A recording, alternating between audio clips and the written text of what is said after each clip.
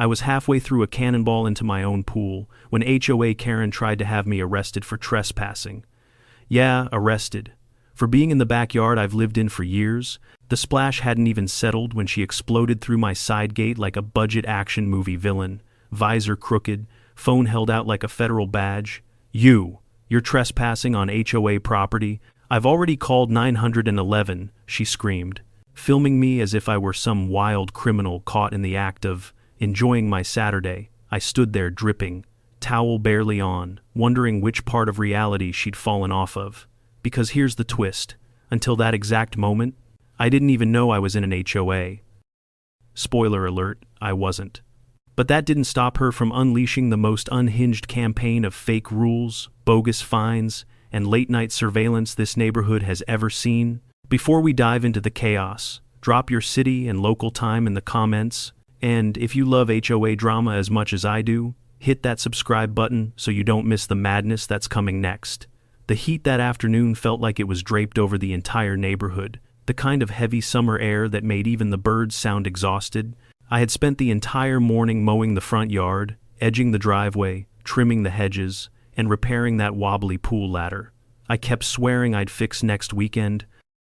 By noon, sweat soaked through my shirt, grass clippings stuck to my legs, and I convinced myself that I had earned a few hours, just a few of silence and chlorinated bliss.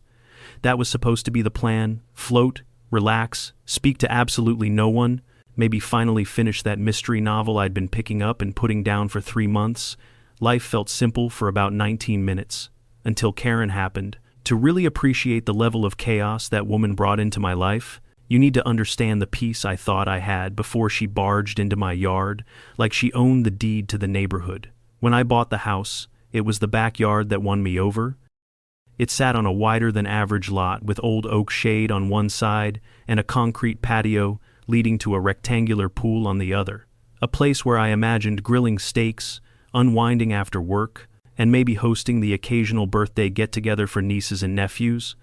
I'm a middle-aged guy, not exactly a party animal. Quiet was the whole point. The neighborhood itself seemed harmless too. A couple of retired couples, a handful of young families, a few people who kept to themselves. Nothing unusual, nothing dramatic, nothing. Karen, I first heard her name 6 days after moving in, during a conversation with my neighbor, Doug, a friendly guy in his 60s who always carried a coffee mug no matter the time of day. "You'll like it here," he'd said. "Only thing to watch out for is, well, HOA Karen." I laughed, thinking it was a joke. Every neighborhood has a Karen, right? Some over-enthusiastic lady who complains when trash cans aren't pulled in by noon. It didn't sound like a situation that involved police, trespassing accusations, or emotional damage delivered in a pink visor. What I didn't realize then was that Doug wasn't warning me about a type. He was warning me about a force of nature. But before we get to the hurricane, let's talk about the paperwork storm that came long before her. When I purchased the house, the closing paperwork felt like flipping through a phone book while blindfolded. The real estate agent skimmed each page with the speed of someone who'd rehearsed the script 1,000 times. Sign here, initial here, date here. I trusted him. Maybe too much.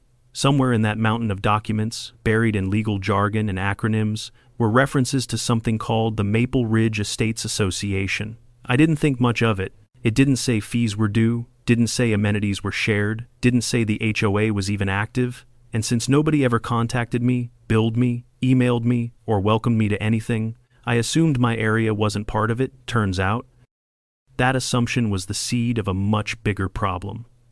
Now, about Karen, if someone told me she was born with a whistle around her neck and a clipboard in her hand, I'd believe it without hesitation. She had this uncanny ability to appear out of nowhere, especially when people were doing things she deemed unregulated. I once saw her lecture a teenager for using roller skates on a sidewalk. She told a couple hosting a baby shower that their balloons violated community elevation standards. The woman nearly called the fire department because someone's wind chimes were emotionally disruptive. She dressed like a tourist who had lost a bet, visor, giant sunglasses, floral blouse that somehow radiated hostility, and a fanny pack filled with who knows what, probably spare violation notices. I only had one brief encounter with her before the pool incident. She knocked on my door with the authority of a tax collector and introduced herself as the head of community standards. I didn't realize she'd given herself that title. Her first words to me weren't, "Hello, welcome," or "Nice to meet you." They were, "Your pool is not in compliance with the community aesthetic." That should have been my sign, my flashing neon warning sign. But I shrugged it off. I told her politely that I wasn't part of the HOA, and she blinked at me like I had just confessed to a crime. She frowned, scribbled something on her clipboard, and stepped off my porch without another word. I assumed that was the end of it. I was wrong, spectacularly wrong, because on that blistering hot Saturday, while I was enjoying my first quiet moment in days, I heard the unmistakable slap slap slap of rubber flip-flops approaching fast. You know that sound, that rapid, angry cadence of someone marching with purpose? That was my storm warning. Then, she burst through my side gate without knocking, without announcing herself, without even pretending she had permission. Just boom. Gate opens, phone recording, sunglasses angled downward like a hawk sizing up prey. And she yelled at the top of her lungs, "You're trespassing on HOA property." Those words echoed in my head long after the splash of my cannonball faded. I stared at her, stunned, towel slipping from my shoulder, water pooling at my feet. My brain couldn't process the idea that someone had just accused me of trespassing in my own backyard. I told her calmly that she was mistaken, that this was my property, and that she needed to leave. She smirked, actually smirked, and doubled down. "This land falls under HOA jurisdiction," she said. "That pool is technically communal space. We had a vote, without me, about my pool." I laughed because the alternative was screaming, but she wasn't laughing. She was dialing. And within minutes, she had 911 dispatch on the line. I overheard every absurd word. A man is refusing to leave HOA property. He's violating community rules. He's using the pool without permission. It was surreal. Like watching someone narrate a documentary about an alternate universe where I was the villain. I tried reasoning with her, but reasoning with Karen was like trying to argue with a car alarm. It only gets louder. And when the sheriff's deputies arrived 10 minutes later, that's when my stomach twisted for the first time. Because even though I knew I hadn't done anything wrong, even though I had the deed, the keys, the mortgage statement, having law enforcement show up because your neighbor claims you're trespassing on your own land does something to your nerves. One deputy chewed gum like he was in a competition. The other looked like the son had personally wronged him. They listened to her dramatic retelling of the situation, complete with phrases like community integrity and unauthorized water usage, before turning to me. "Sir, do you live here?" I nodded, dripping, clutching my beach towel like a confused suburban ghost. "I can get my paperwork," I said, and that moment standing barefoot, soaking wet, explaining to armed professionals that yes, I do indeed live where I was swimming, was the first time a bizarre thought hit me. What if, buried somewhere deep in all that real estate paperwork, Karen wasn't entirely wrong? I didn't want to believe it. But when the deputies mentioned they needed to check the county's records to verify HOA boundaries, something in my chest tightened. For the first time, the idea crept in, what if I was in the HOA and didn't know it? What began as a funny misunderstanding suddenly felt a lot less funny, and as Karen stood behind the deputies with her arms crossed like a judgmental flamingo, I realized something. This wasn't just about a pool. This was the opening shot of a war I didn't know I'd enlisted in. The deputies followed me toward the patio, their boots clacking against the concrete while water dripped from my hair and trailed behind me like I was molten chlorine. I pulled open the outdoor storage cabinet, grabbed the manila folder where I kept the deed and survey documents, and walked it over to them. Gum Chewer took the folder, flipping through it with the slow, deliberate squint of someone who expected to find a trapdoor hidden between the pages.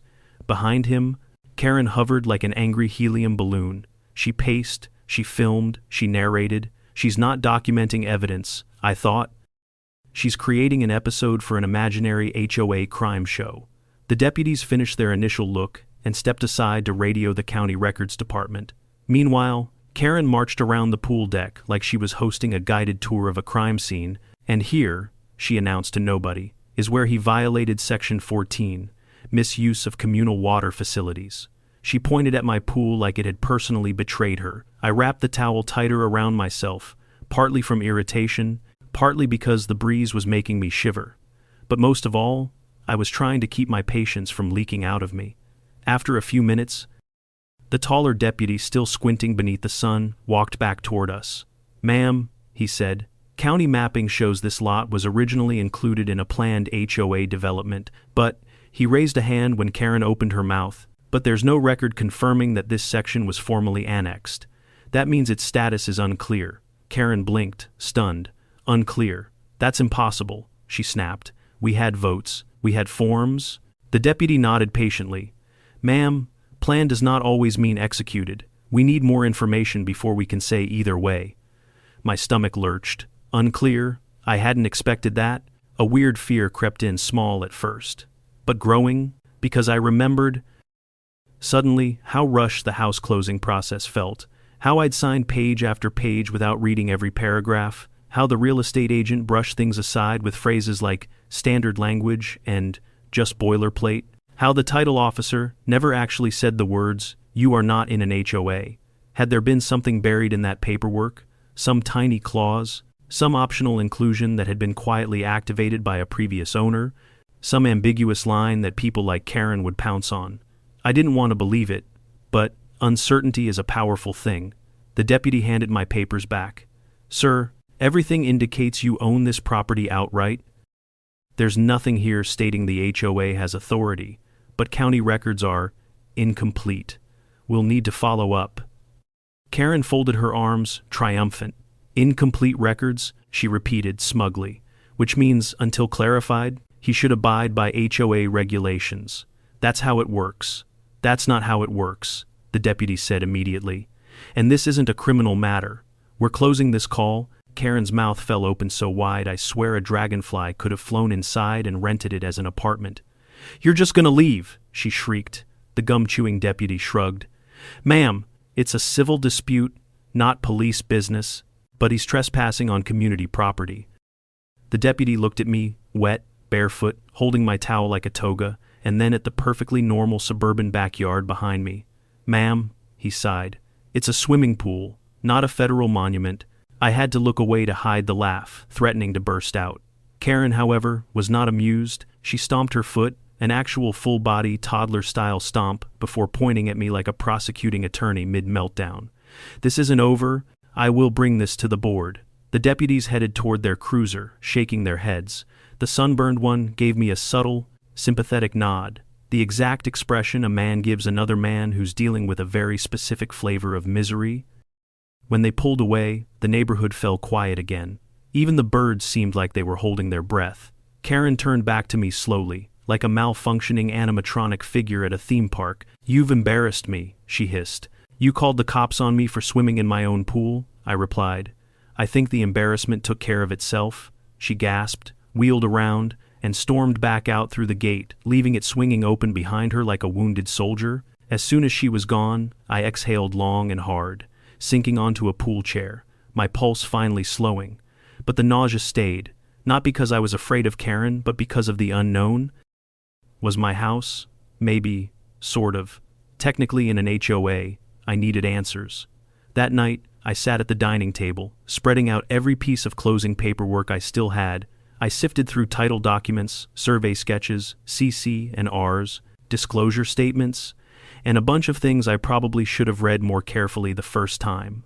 My eyes burned, my brain spun, and my nerves frayed with each page. Some lines referenced Maple Ridge Estates Association. Others said optional annexation phase. Others said HOA coverage areas to be finalized by developer at a future date. Future date? Was this a future date? Was I living inside some kind of HOA Schrodinger's box? Around midnight? I found the strangest detail yet, a tiny note about future amenities designation pending county confirmation. Amenities? My pool wasn't built by the HOA. It came with the house. What amenity could they possibly mean? I set the papers down, rubbed my temples, and realized with dawning horror that the root of the problem wasn't imagined, it was paperwork. Old paperwork, messy paperwork, unfinished paperwork, exactly the kind of thing someone like Karen would twist into a weapon. I needed more than a stack of half-useful documents. I needed someone who actually knew how HOA boundaries were formed, approved, and enforced. Someone who had access to the real developer files, not just scraps stuffed in the dark corners of my closing packet. The next morning, coffee in hand and nerves steeled, I walked into the Maple Ridge HOA office. The lobby smelled like printer toner and lemon cleaner. Behind the front desk sat a woman in her 40s with tired eyes but a kind smile. "Janet?" "Hi," I said.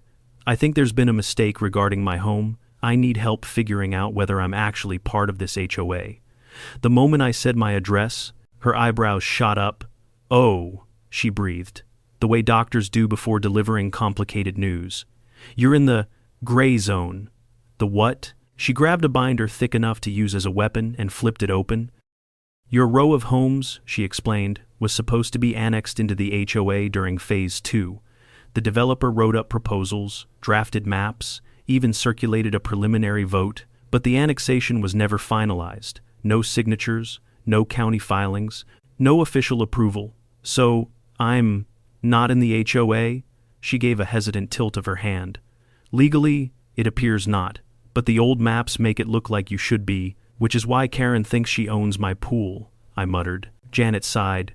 "Karen thinks she owns many things. She used to be on the board, very enthusiastically. So enthusiastically that the other board members had resigned within the year, apparently." "Can you put something in writing for me?" I asked, just clarifying that my home isn't under HOA jurisdiction. She hesitated, biting her lip. "We need to verify everything formally, dig through old developer files, check county archives. It might take a few days," meaning Karen had a few days head start. I walked out of the office, uneasy, not defeated, but not confident either. The ambiguity hung over me like a storm cloud. When I got home, a single sheet of paper fluttered in my mailbox.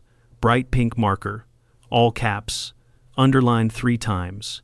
"You are in violation of HOA rules. Fines will accumulate until you comply." No signature, no letterhead, no shame. I looked toward Karen's house. Her blinds twitched. This wasn't misunderstanding anymore. This was a declaration of war. And little did I know, this was just the warm-up act. The pink note in my hand looked like it had been written by someone gripping the marker so tightly it nearly snapped.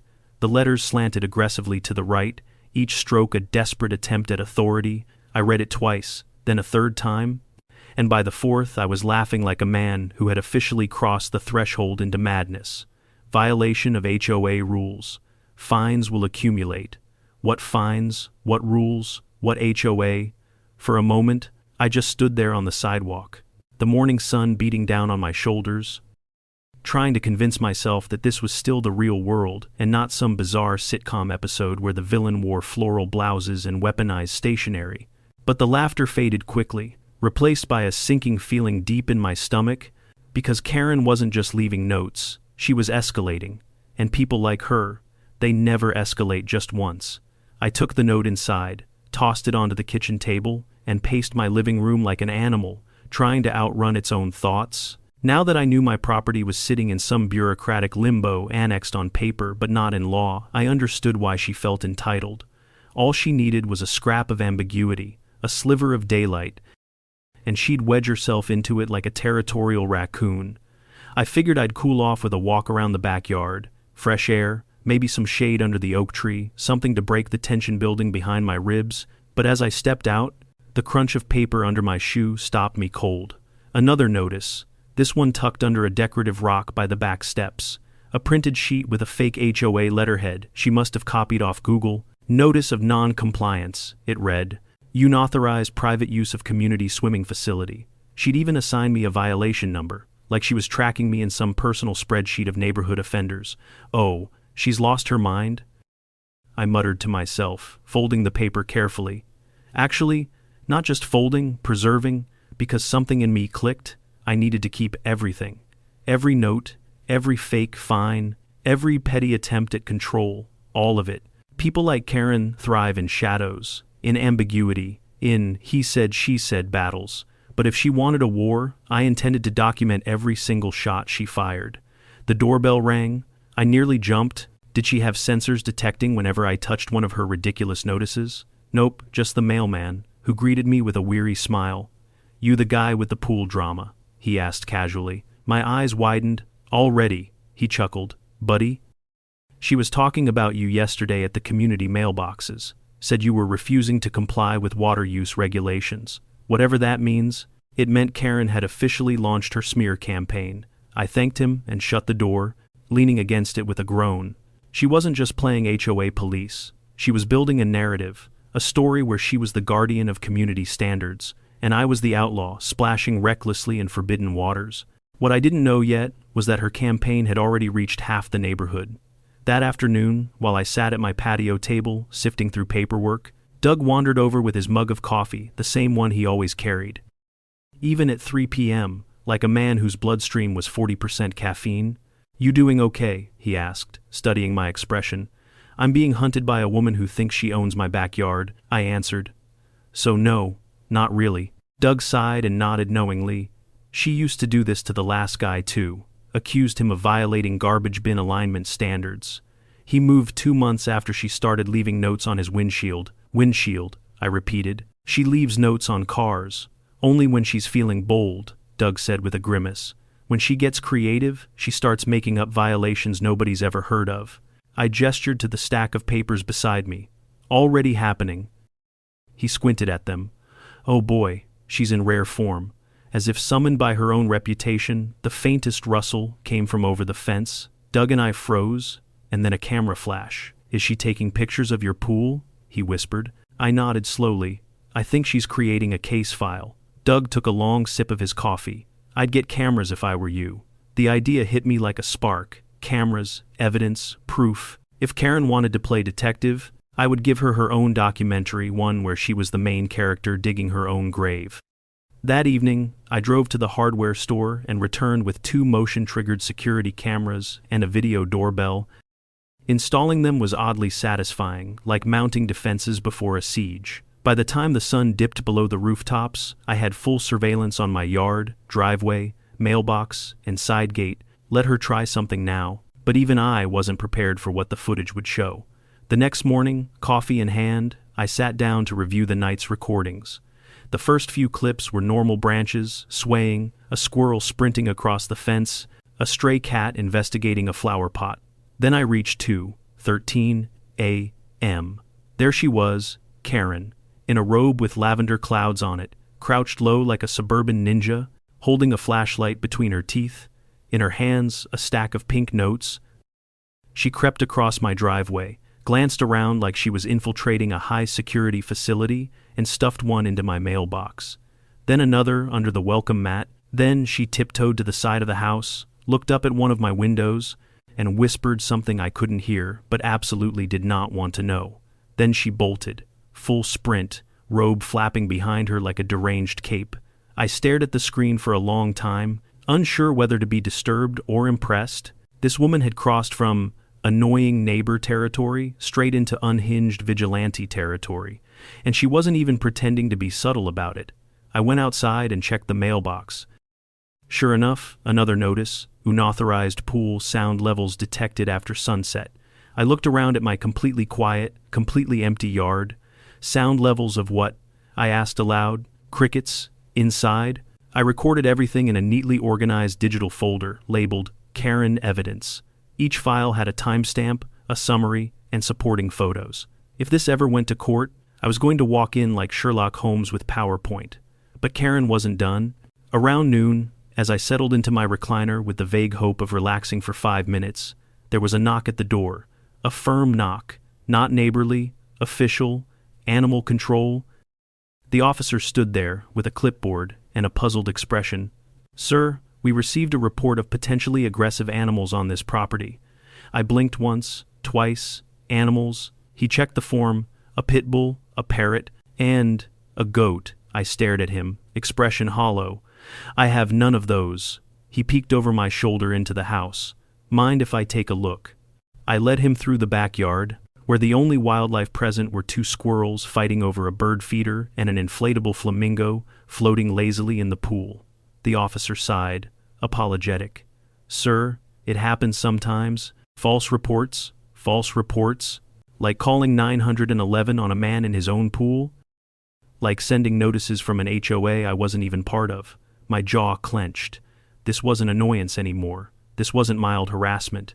This was obsessive interference backed by lies. When the officer left, Shaking his head, I stood by my pool and felt something inside me shift. Something firm, something final. Karen wanted a war, fine. But she wasn't going to like the part where I stopped playing defense, because now that her madness had crossed into official channels, police, animal control, neighborhood gossip, I realized one thing clearly: if I didn't shut this down, she'd keep escalating until she decided the air I breathed needed HOA approval. I marched inside and grabbed my keys. It was time to go back to county records, time to dig deeper than any busybody with a fake badge ever had, time to find the truth buried under paperwork, confusion, and legal dust and drag it into the light before Karen twisted it into something unrecognizable. And little did I know, the truth I was about to uncover would be the very weapon that turned the entire neighborhood against her. County records smelled like old paper, coffee cups no one ever washed, and the faint disappointment of underpaid public employees. The lobby was a maze of beige walls and bulletin boards plastered with outdated zoning maps. A lone ceiling fan spun lazily overhead, stirring absolutely no air but giving the illusion of effort. I stepped up to the front desk, where a clerk in her 50s looked at me with that special blend of curiosity and resignation, the face of a woman who had seen enough strange property disputes to write a memoir. "Morning," I said, trying to sound calmer than I felt. "I need information on the HOA boundaries for Maple Ridge Estates, specifically whether my property was ever legally annexed." She typed my address into her computer. The keyboard clicks echoed through the empty lobby like someone tapping a suspenseful drum. After a moment, she frowned, not a confused frown, an annoyed, bureaucratically offended one. "Oh," she murmured. "It's one of those—" "One of what?" I asked. She turned the screen toward me. It displayed a map with several shaded zones, each representing phases of the planned community. My street was in a lighter shade, boxed in by dashed lines that didn't match anything around them. The lot numbers were there, but the official stamps were missing. No signatures, no dates, no county approval. It looks like the developer filed a proposal to extend the HOA, but it was never fully processed, the clerk explained. They submitted it, but they didn't finalize it. They didn't pay the administrative fee, didn't file the annexation certification, and let me check. She clicked a few times, then pointed at the screen. "Yep, no community vote logged either. So my house isn't in the HOA." She shrugged. "On paper, no. On preliminary draft maps, kinda. In the minds of people who don't know how the process works, very yes." I rubbed a hand over my face. "And is that legally binding? Drafts? Absolutely not," she said firmly. "Until the annexation is filed with the county and approved, it's meaningless." I exhaled for the first time in what felt like days. A slow, heavy breath that left my chest deflating like a punctured pool float. But then she added one more sentence, one that made my relief skid to a halt. "But someone who doesn't understand the law could easily misinterpret this and assume your block was annexed. Someone named Karen. Is there any official document you can print that confirms the annexation never occurred?" I asked. She nodded. "I can get you a certified copy of the non-annexation status. It'll take about 20 minutes. 20 minutes was nothing. I could fight 10 Karens in 20 minutes. I'd wait all day if it meant ending this madness." While I waited, I sat on a hard plastic chair, flipping through the HOA proposal binder the clerk had shown me. The more I read, the angrier I got. The HOA had intended to include my block, but the developer abandoned Phase 2 after running out of money. There were even scribbled notes in the margins. "Hold until funding approved, pending legal review," and, shockingly, "no consent from homeowners yet." No consent, yet Karen believed she owned my entire backyard by divine HOA decree. The clerk eventually returned with a beautifully stamped, embossed certificate stating, in no uncertain terms, "Parcel 17B remains outside the jurisdiction of Maple Ridge Estates Association. No annexation has been approved, recorded, or legally recognized." I held the paper like it was the Holy Grail. "Thank you," I said, sincerely. "You have no idea how much this helps." "Oh, I have an idea," she said dryly. "We get trouble with that HOA at least twice a year." I froze. "With Karen." She gave me a look. "We don't name names here, but yes, with Karen, armed with proof." I left the county office feeling like a knight who had just picked up an enchanted sword. I couldn't wait to show this to Janet at the HOA office. to finally shut down Karen's fantasy empire of fake rules and pink markers, but life and Karen had other plans. When I pulled into my driveway, 2 neighbors were standing at the end of it, whispering in that way people do when they don't want to seem like they're whispering. As soon as they saw me, they straightened up. "Hey," one of them said awkwardly. Everything okay?" I stopped, wary. "Define okay?" They exchanged a look. The second neighbor sighed. "She's been going door to door," he said, handing out flyers. "About you," the first added. I closed my eyes. Of course she was. Of course she was expanding her turf war into propaganda. Wordlessly, they handed me one of the flyers, a poorly designed sheet with stretched clip art, bold fonts, and grammar so mangled it should have been illegal. Across the top, "Community alert, pool abuser, refuses to follow HOA rules." Under that, a bullet list, "Unauthorized personal monopolization of HOA pool, failure to comply with fee requirements, disrespecting community standards, aggressive behavior toward HOA representative." Aggressive. I stared at the sheet, baffled. The only aggressive one was the woman who filmed me half-dressed and called 911 over a splash. My neighbors looked embarrassed. "We know it's ridiculous," one said, "but she's telling people your pool used to be an HOA asset before the previous owner privatized it." "Privatized it?" I repeated, dumbfounded. "She talks like your backyard got stolen from the community," the other said.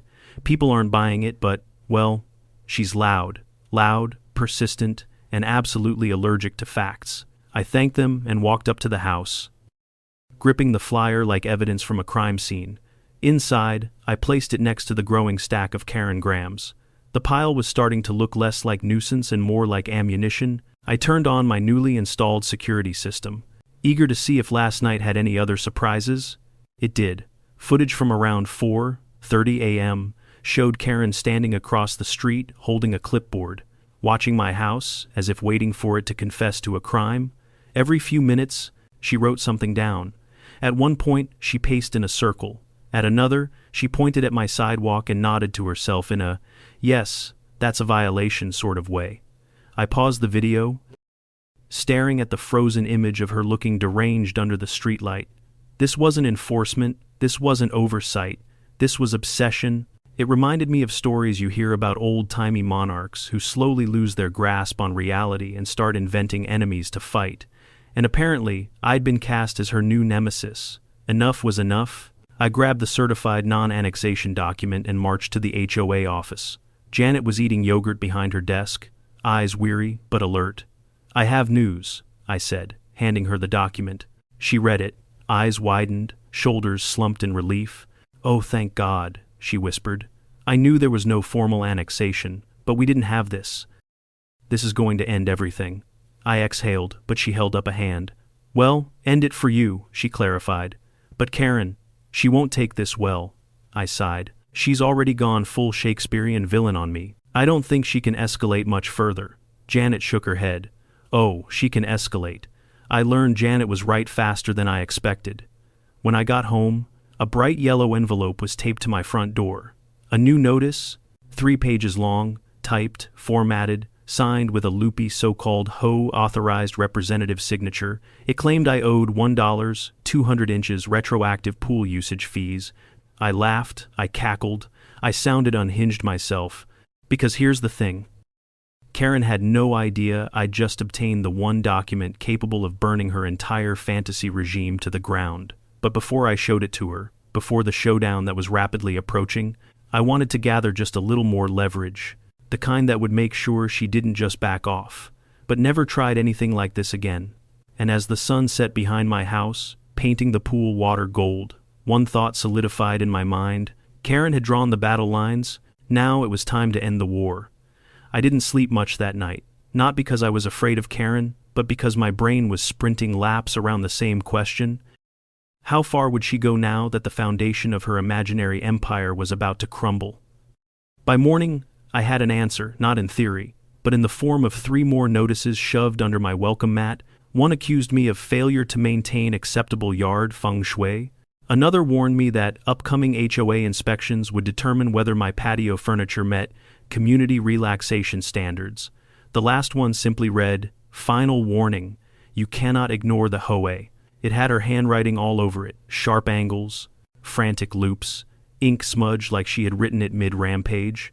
I bent down to pick them up, but before I could stand straight, I heard the sound of gravel crunching. I turned to see Karen marching down the sidewalk with a stack of papers under one arm and a megaphone in the other. A megaphone! She lifted it to her mouth, pressed the trigger, and blasted her voice across the entire block. "Attention neighbors. We have a community violator who refuses to comply with HOA standards." Blinds opened up and down the street. Dogs barked. A kid on a bicycle nearly toppled over. I felt my soul leave my body. I put my hands on my hips and stared at her. "Karen, put the megaphone down." She swung it toward me. "You can't silence the HOA. You're not in the HOA leadership," I said flatly. She smirked with the confidence of someone who believed rules didn't apply to her. Leadership is about spirit, not title. Oh God, this woman was 2 tantrums away from wearing a cape and calling herself Commander of Community Compliance. Before I could reply, Janet pulled up in her car like she'd been summoned by divine intervention or an HOA distress beacon. She stepped out, slammed her car door, and marched toward us with the gait of a woman who had reached the end of her patience with all forms of suburban stupidity. "Karen," Janet barked, "turn off the megaphone." Karen turned toward her with the expression of a toddler caught drawing on the wall. "I am enforcing community values." She insisted. "No," Janet said sharply. "You are violating at least 6 statutes of the state noise ordinance. And more importantly, you're misrepresenting the HOA. Karen lowered the megaphone slightly. "Someone has to. No one else is stepping up to protect this neighborhood." "Because no one asked you to," Janet snapped. I almost applauded. Karen huffed, her face contorting into the familiar shape of impending meltdown. I could practically see steam curling from her ears. "You're both conspiring against me," she spat. "But the board will side with me. They always do." Janet exchanged a look with me, a look that said, "Oh boy, she really doesn't know." "Karen," Janet said gently, "you're not on the board anymore. You haven't been for over a year." Karen's expression cracked. "What do you mean I'm not on the board?" "I mean exactly what I said. You were removed, unanimously." Karen blinked rapidly, as if hoping the world might unfocus and reassemble into a version she preferred. "That vote was illegitimate," she whispered. "No," Janet corrected. "Your unauthorized violations and misuse of authority were illegitimate." Karen looked like she might faint, or scream, or spontaneously combust. Hard to tell. Janet turned to me, clearing her throat. "Do you have the document from the county?" I pulled the certified non-annexation certificate from my pocket and handed it over. She held it up so Karen could see the embossed seal glinting in the sunlight. "Your neighbor's property," Janet declared, "is not part of the HOA legally. It has never been. All notices you issued are invalid. All fees you threatened are fraudulent, and your harassment must stop immediately." Silence fell over the street. Even the birds seemed to pause.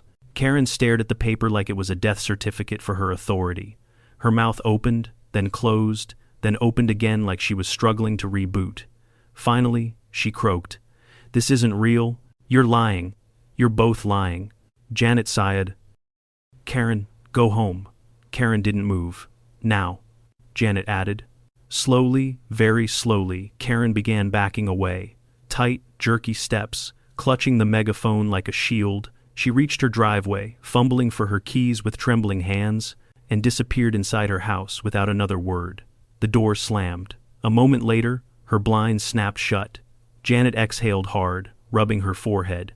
"I'm sorry you've had to deal with this. Truly, it's not your fault," I said, "but I appreciate you stepping in." "She's been getting worse," Janet admitted quietly, "but this is the first time her behavior spilled into something this big." I nodded. "The notes, the flyers, the fake fines?" "The megaphone, yeah, big." Janet looked genuinely troubled. "If she does anything else, let me know immediately." I promised I would. After she left, the neighborhood slowly returned to life. Curtains parted, people stepped outside. Doug wandered over like a man emerging from a bunker after a hurricane. "So," he said, sipping his eternal coffee, "sounds like the HOA storm has downgraded. For now," I replied. Because the thing about Karen wasn't her loudness, it was her persistence. and I knew, absolutely knew, that the second she felt cornered, she'd come back swinging with something new, something stranger, something more chaotic than a megaphone announcement, and I was right. The next blow arrived, not with sound, but with silence.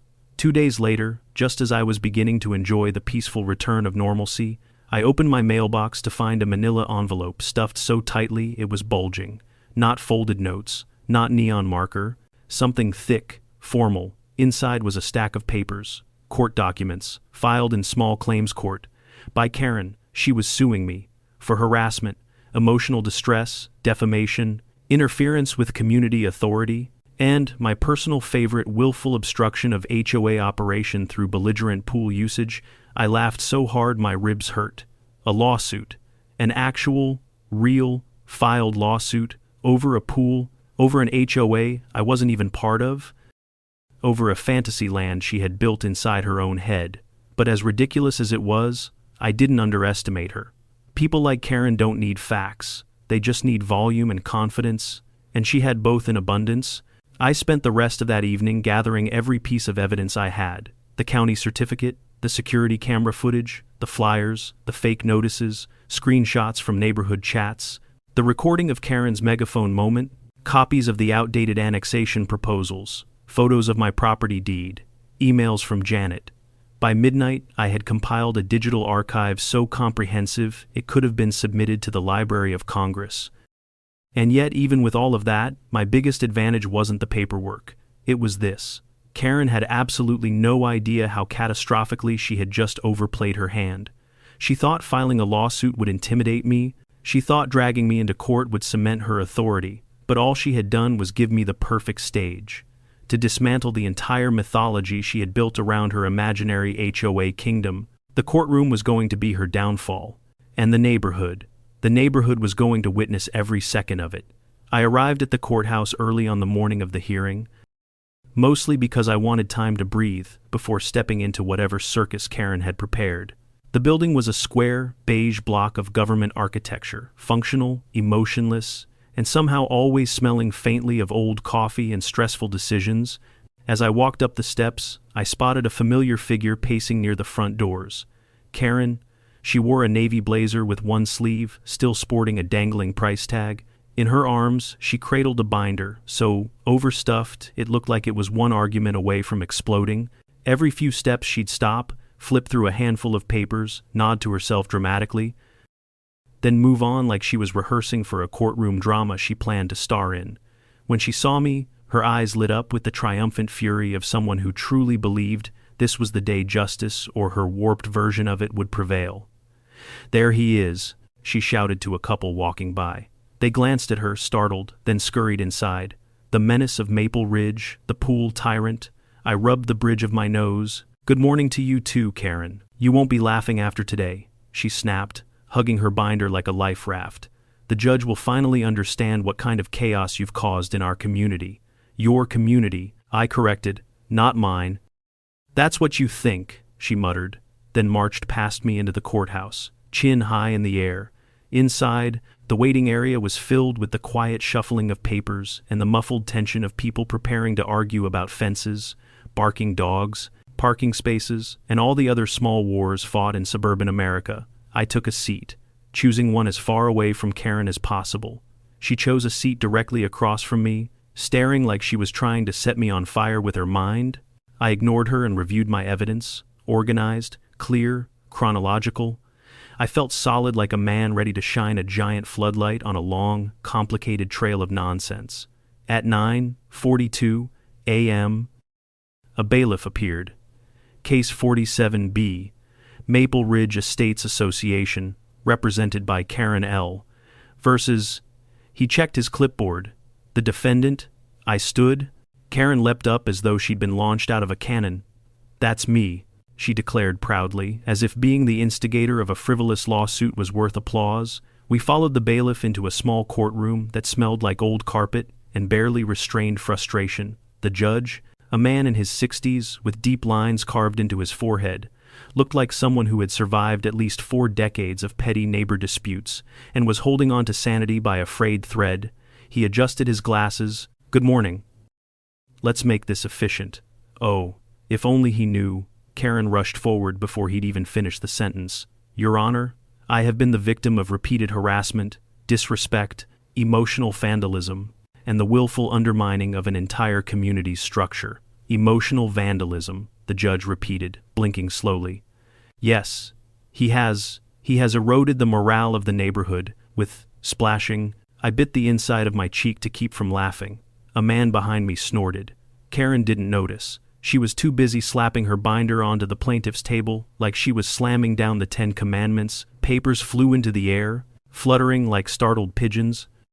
The judge sighed deeply. Ma'am, please take your seat.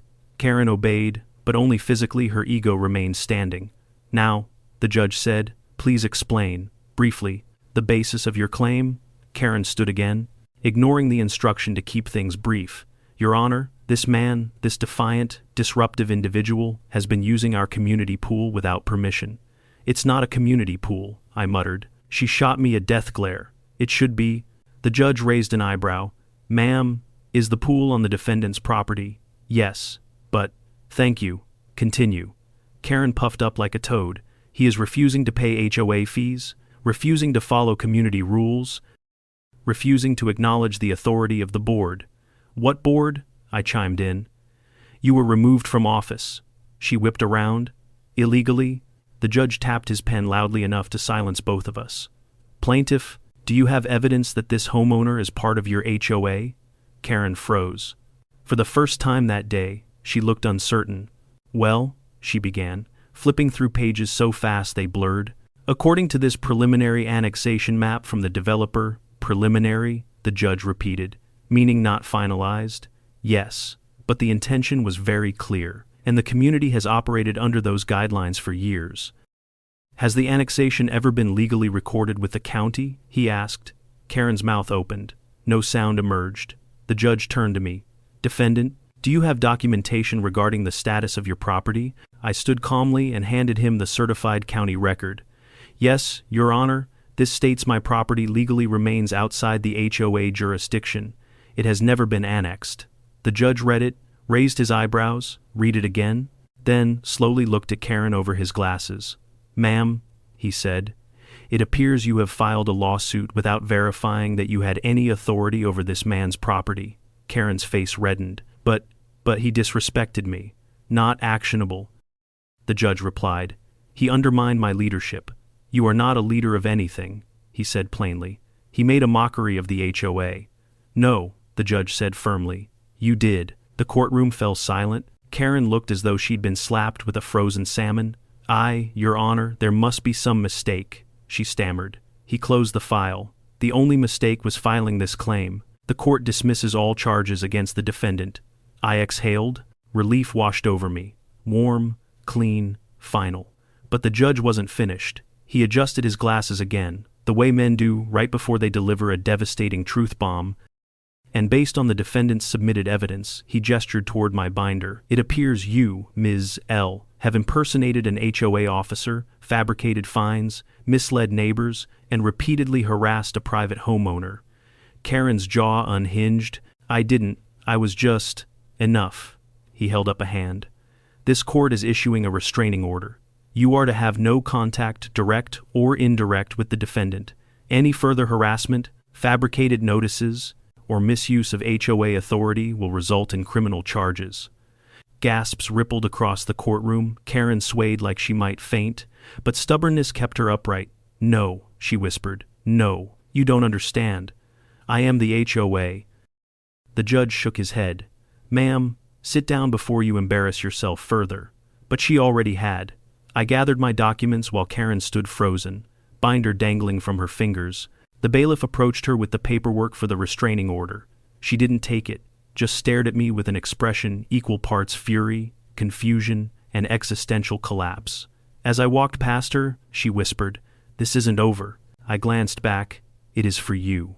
Outside the courthouse, sunlight spilled across the steps. I paused, breathing in the warm air, not the tense, suffocating kind that had filled the neighborhood for weeks, but clean air, free air. For the first time, I felt the weight lift off my shoulders. Karen was done, legally, logically, officially. But the neighborhood, the neighborhood was just getting started. Because when I drove home, my phone buzzed non-stop neighbors messaging, asking for details, thanking me, sending screenshots of Karen's meltdown, already circulating through group chats like wildfire. Later that evening, someone uploaded a short clip of her courtroom rant. It went semi-viral within hours. Memes followed, jokes, parodies, a TikTok dance called the HOA Shuffle. By the next day, Karen had closed her curtains and disappeared from public view. She'd lost the battle, lost the war, lost the myth she'd built around herself, and without that myth, she had nothing left to stand on. But while Karen was fading into silence, the neighborhood was waking up. For the first time in years, people were talking openly, laughing freely, stepping outside without bracing for a clipboard ambush. And I knew deep down that the last chapter of this saga was coming soon. A chapter Karen would try desperately to control, but one she had already lost. The silence that settled over the neighborhood in the days after the court hearing was unlike anything I'd felt since moving in.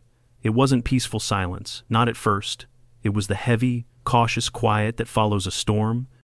A neighborhood-wide exhale where everyone peeked through their blinds, wondering if the tornado had truly passed or if it was circling back for one final touchdown. Karen's house sat dark, no blinds snapping open, no visor-wearing silhouette pacing the lawn, no phantom clipboard rising over the fence like a periscope spying on unsuspecting neighbors. She vanished so completely it was as if the universe had simply unplugged her power source. I didn't trust it. People like Karen don't just disappear. They retreat, they regroup, they plan. But the restraining order kept her away from me. And for the first time in weeks, I could walk into my backyard without bracing for accusations of unauthorized sunlight usage. I settled back into routine, trimmed hedges, swept the patio, replaced a pool filter Karen once claimed violated community aesthetic standards. I even sat by the pool at night with a drink, soaking in the rare sensation of tranquility. Then slowly, very slowly, the neighborhood began to thaw. A family walking their golden retriever waved at me. A couple from the cul-de-sac stopped to ask how everything turned out. A teenager mowing his lawn nodded in solidarity. It was the kind of friendliness people usually show newcomers. But here, it carried something extra relief. Karen had ruled the community through annoyance, intimidation, and sheer decibel level. Her downfall was like the lifting of a long, exhausting fog. One afternoon, while bringing in groceries, I found a small box on my porch, no name, just a sticky note that read, "For surviving HOA Karen, the neighborhood." Inside was a custom mug printed with bold letters.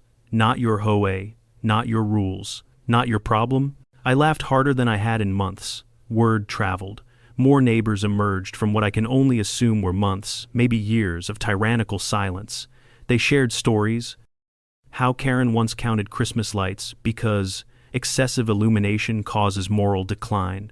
How she followed delivery trucks to ensure proper package placement. How she once tried to ban pink flamingo yard ornaments because they encouraged rebellion. Turns out, my pool saga wasn't the most absurd thing she'd ever done, just the most public. And so, after a week of this communal breath of fresh air, I decided we all needed something more.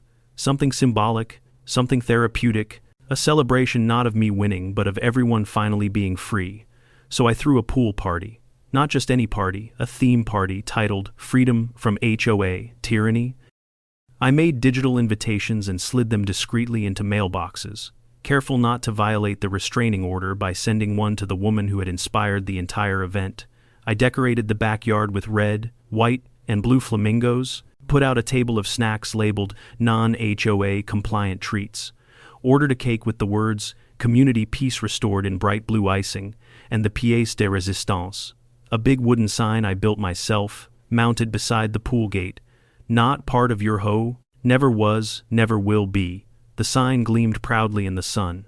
It was the kind of bold declaration that would have made Karen combust on sight, which was exactly the point. When Saturday arrived, people trickled in shy at first, then in clusters, then in waves. Neighbors who had barely made eye contact for years were suddenly laughing, mingling, trading stories like veterans of the same surreal war. Someone brought a Bluetooth speaker playing upbeat music. Someone else brought a tray of ribs. A couple from 2 houses over arrived with a cooler full of sodas. Kids splashed in the shallow end. Adults lounged in chairs. The atmosphere felt lighter than anything the subdivision had experienced in ages. Doug, still holding his eternal mug of coffee, clapped me on the back.